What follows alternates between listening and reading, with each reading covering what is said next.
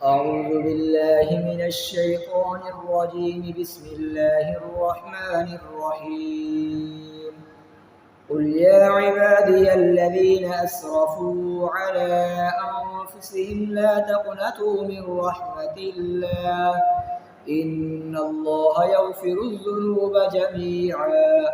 إنه هو الغفور الرحيم۔ تم فرماؤ اے میرے وہ بندو جنہوں نے اپنی جانوں پر زیادتی کی، اللہ کی رحمت سے مایوس نہ ہونا، بے شک اللہ سب گناہ بخش دیتا ہے، بے شک وہی بخشنے والا مہربان ہے۔ اللہ تعالیٰ نے بندوں پر اپنی کامل رحمت اور فضل و احسان کا بیان فرمایا ہے،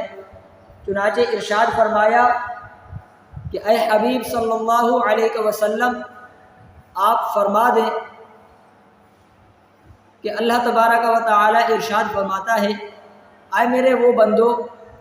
جنہوں نے کفر اور گناہوں میں مبتلا ہو کر اپنی جانوں پر زیادتی کی، تم اللہ تعالیٰ کی رحمت سے مایوس نہ ہونا اور یہ خیال نہ کرنا کہ ایمان قبول کر لینے کے بعد سابقہ کفر و شرک پر تمہارا مواخذہ ہوگا، یعنی کفر کر لیا، گناہ کر لیے، اس کے بعد توبہ کی، ایمان لے آئے تو اس کے بعد اس پر تمہارا سابقہ گناہوں پر، سابقہ کفر پر کوئی مواخذہ نہیں ہوگا جبکہ تم نے سچی توبہ کی ہو۔ بے شک اللہ تعالیٰ اس کے سب گناہ بخش دیتا ہے جو اپنے کفر سے باز آئے اور اپنے گناہوں سے سچی توبہ کر لے، یعنی کفر سے سچی توبہ کر لے، اپنے گناہوں سے سچی توبہ کر لے تو اللہ تبارک و تعالی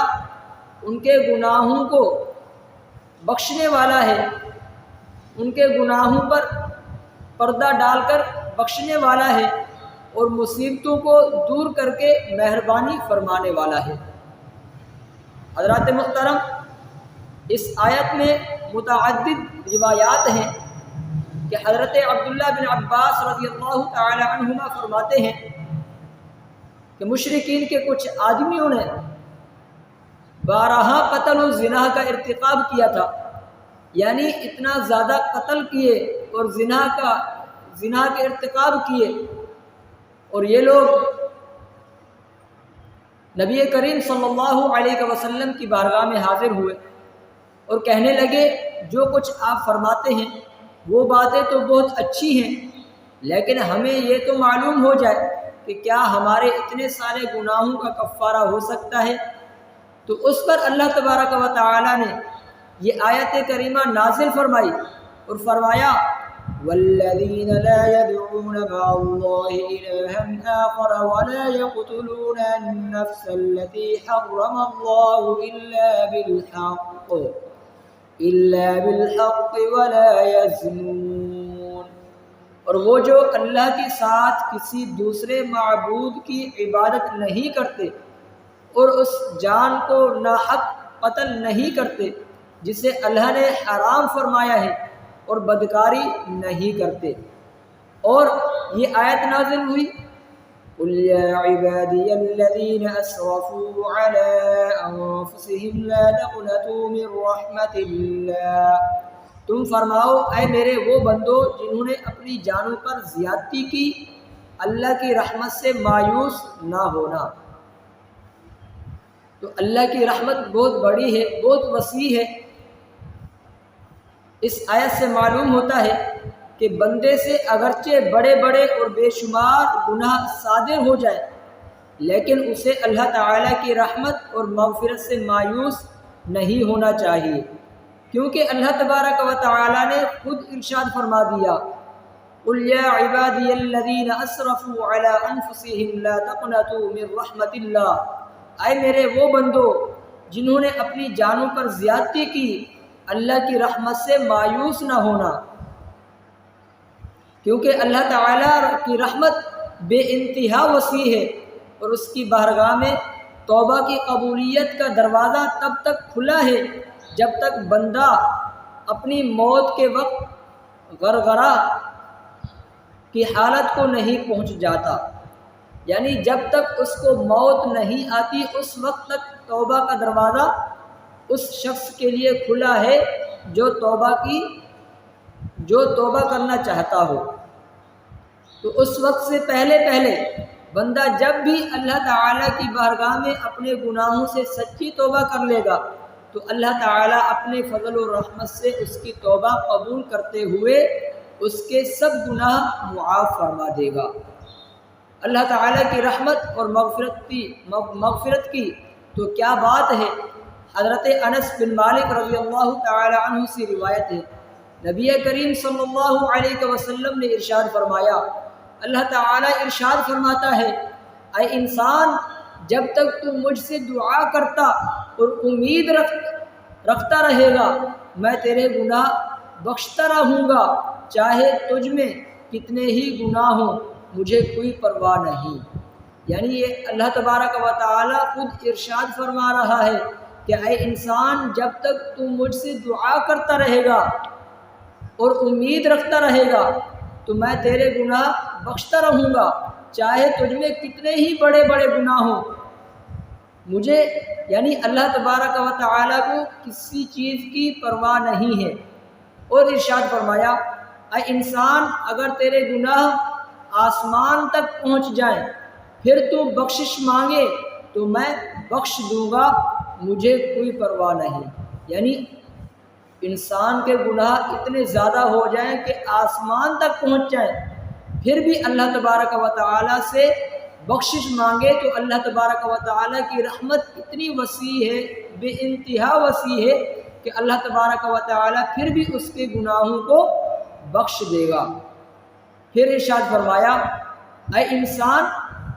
اگر تو زمین بھر گناہ بھی میرے پاس لے کر آئے لیکن تو نے شرک نہ کیا ہو تو میں تمہیں اس کے برابر بخش دوں گا۔ یعنی شرک کے علاوہ جتنے بھی بڑے بڑے گناہ ہو جائیں، شرک و کفر کے علاوہ جتنے بھی بڑے بڑے گناہ ہو جائیں، وہ زمین بھر ہو جائیں یا آسمان تک گناہ پہنچ جائیں تو پھر بھی اللہ تبارک و تعالیٰ سے اگر بخشش مانگے گا تو اللہ تبارک و تعالیٰ اس کے گناہ بخش دے گا۔ اس آیت کا مفہوم مزید وضاحت سے سمجھنے کے لیے امام غزالی رحمۃ اللہ تعالی علیہ کا یہ کلام ملاحظہ فرمائیے کہ جو شخص سرتاپا گناہوں میں ڈوبا ہوا ہو، جب اس کے دل میں توبہ کا خیال پیدا ہو تو شیطان اس سے کہتا ہے کہ تمہاری توبہ کیسے قبول ہو سکتی ہے، وہ یہ کہہ کر اسے اللہ تعالیٰ کی رحمت سے مایوس کر دیتا ہے۔ یعنی جس شخص کے گناہ اتنے زیادہ ہو جائیں اور جب اس کے دل میں توبہ کا خیال آ جائے، اللہ تعالیٰ کی بارگاہ میں سجدہ ریز کرنے کا خیال آ جائے، اللہ تبارک و تعالیٰ کی بارگاہ میں توبہ کرنے کا، بخشش مانگنے کا خیال آ جائے تو شیطان اس کے پاس آتا ہے اور اسے یہ کہتا ہے کہ تمہارے تو گناہ اتنے بڑے ہیں، اتنے بہت زیادہ گناہ ہیں تو تمہاری کیسے بخشش ہو سکتی ہے، تو توبہ کیسے قبول ہو سکتی ہے۔ تو یہ کہہ کر اسے اللہ تبارک و تعالیٰ کی رحمت سے مایوس کر دیتا ہے۔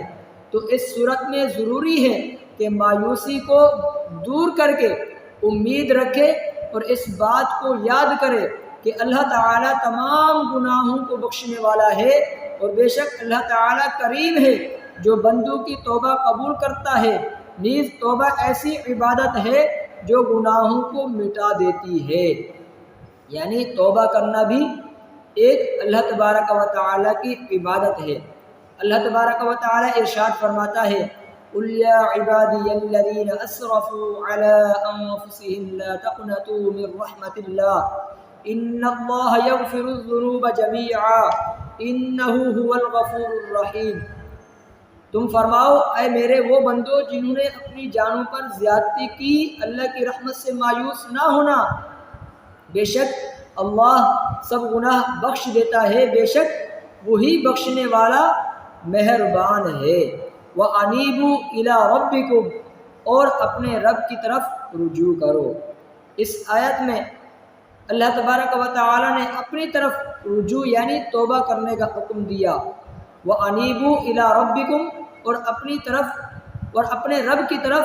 رجوع کرو، اور ارشاد فرمایا وَإِنِّي لَغَفَّارٌ لِمَن تَابَ وَآمَنَ وَعَمِلَ صَالِحًا، اور بے شک میں اس آدمی کو بہت بخشنے والا ہوں جس نے توبہ کی اور ایمان لایا اور نیک عمل کیا، ثم اہتدی، پھر ہدایت پر رہا، یعنی اس شخص کو بہت زیادہ بخشنے والا ہوں جس نے توبہ کی اور ایمان لے آیا اور نیک اعمال کیے اور پھر ہدایت پر رہا، یعنی اس پر قائم رہا۔ تو جب توبہ کے ساتھ مغفرت کی توقع ہو تو ایسا شخص امید کرنے والا ہے، اور اگر گناہ پر اصرار کے باوجود مغفرت کی توقع ہو تو یہ شخص دھوکے میں ہے۔ جیسے ایک شخص بازار میں ہو اور اس پر جمعہ کی نماز کا وقت تنگ ہو جائے، اب اس کے دل میں خیال آئے کہ وہ نماز جمعہ کے لیے جائے، لیکن شیطان اس سے کہتا ہے کہ تم جمعہ کی نماز نہیں پا سکتے، لہذا یہاں ہی ٹھہرو، لیکن وہ شیطان کو جھٹلاتے ہوئے دوڑ جاتا ہے اور اسے امید ہے کہ نماز جمعہ پا لے گا، تو یہ شخص امید رکھنے والا ہے۔ اگر وہ شخص کاروبار میں مصروف رہے اور یہ امید رکھے کہ امام میرے یا کسی اور کے لیے درمیانے وقت تک انتظار کرے گا یا کسی اور وجہ سے منتظر رہے گا جس کا اسے علم نہیں ہے، تو یہ شخص دھوکے میں مبتلا ہے۔ اللہ تعالی ہمیں گناہوں سے سچی توبہ کرنے اور اپنی رحمت و مغفرت سے حقیقی امید رکھنے کی توفیق عطا فرمائے۔ یاد رہے کہ اس آیت میں اگرچہ ایک خاص چیز کے حوالے سے اللہ تعالیٰ کی رحمت سے مایوس ہونے سے منع فرمایا گیا، لیکن عمومی طور پر ہر حوالے سے اللہ تعالیٰ کی رحمت سے مایوس اور نا امید ہونا منع ہے۔ لہذا ہر شخص کو چاہیے کہ وہ زندگی میں آنے والی پے در پے مصیبتوں، مشکلوں اور دشواریوں کی وجہ سے اللہ تعالیٰ کی رحمت سے ہرگز مایوس اور نا امید نہ ہو، کیونکہ یہ کافروں اور گمراہوں کا وصف اور کبیرہ گناہ ہے، یعنی اللہ تبارک و تعالیٰ کی رحمت سے نا امید ہونا یہ کافروں کا اور گمراہ لوگوں کا وصف اور یہ کبیرہ یعنی بڑا گناہ ہے۔ چنانچہ سورہ یوسف میں حضرت یعقوب علیہ السلام کا قول نقل کرتے ہوئے اللہ تبارک و تعالی ارشاد فرماتا ہے وَلَا تَيْأَسُوا مِن رَّوْحِ اللَّهِ إِنَّهُ لَا يَيْأَسُ مِن رَّوْحِ اللَّهِ إِلَّا الْقَوْمُ الْكَافِرُونَ، اور اللہ کی رحمت سے مایوس نہ ہو، بے شک اللہ کی رحمت سے کافر لوگ ہی نا امید ہوتے ہیں۔ اور حضرت ابراہیم علیہ السلام کا قول نقل کرتے ہوئے ارشاد فرماتا ہے